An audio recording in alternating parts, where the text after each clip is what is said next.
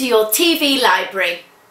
In this episode, we'll be learning about James Prescott Joule and his studies about the nature of heat and of his studies of the mechanical work which then led to the theory of conservation. James Prescott Joule was born in Manchester, England in 1818. At that time, Manchester was a busy industrial town. Actually, it could be named as the industrial centre of England, which back then was like the industrial centre of the world. As a child, young James had a delicate constitution and was not sent to school. At 15, he began working in the brewery, and by the age of 16, Joule was sent to Manchester Literacy and Philosophical Society to be taught chemistry, physics and mathematics. His father hired the eminent Manchester scientist John Dalton, the developer of the atomic theory of matter, as a private tutor for his two sons. Joule, although never appointed as an academic, was made a Fellow of the Royal Society in 1850 and was awarded the prestigious Royal and Copley medals in recognition of his achievements. That was in 1872. He received honorary doctorates from Dublin, Oxford and Edinburgh University. Joule began his research by analysing electrical motors. This was directly related to his work in his father's brewery. The reason being that in the brewery, steam engines were used.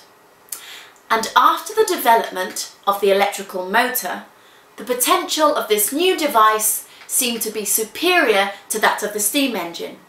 Consequently, Joule's aim seemed to have been the construction of an economical electromagnetic engine. During the following years, the subject of Joule's research was the production of heat. In the experiments made between 1843 and 1845, he demonstrated the mechanical equivalent of heat.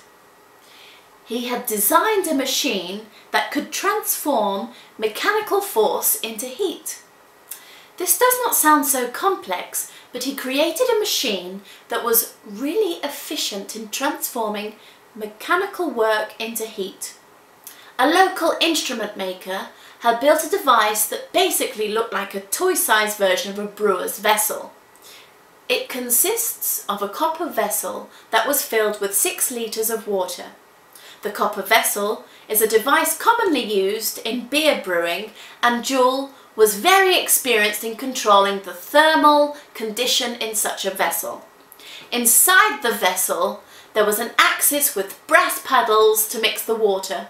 Additionally, there was also fixed paddles that helped to produce a larger friction in the water. Meanwhile, he could use weights weighing almost 25 kilograms to move the mechanism. As the friction was so large, the weights went down slowly. Winding them up again was hard. This work was too tough for James, who was not capable of physical work whatsoever, but one of the workmen from his factory was extremely competent in winding up the weights without wasting too much time and without putting too much stress on the cord that connected the weights with the axis. During Joule's work day, he went into the cellar of his brewery where his workmen would wind up the weights and would let them go down again. After 20 times, he measured the temperature of the water. In the end, according to Joule's data, an increase of the water temperature of approximately 0.5 centigrade could be measured. The Manchester brewery enabled Joule to carry out his experiments successfully, as he needed a room with a huge capacity, the reason being that the heat produced by the human body in winding up the weights affect the room temperature and therefore affect the results of the experiment significantly. A room like the one mentioned exists in a brewery, that room being the cellar in which beer is stored. It has a huge heat capacity and thus has an almost uniform temperature.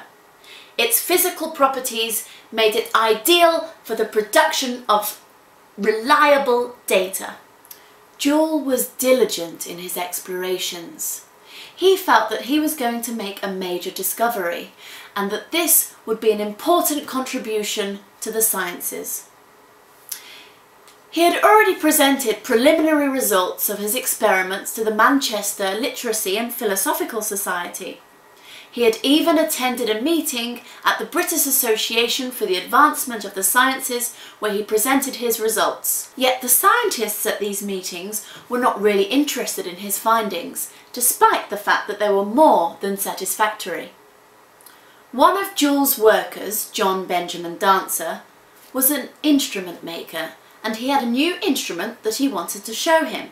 They had markings for every 1/10 of a degree, and the distances between two markings were still easily visible.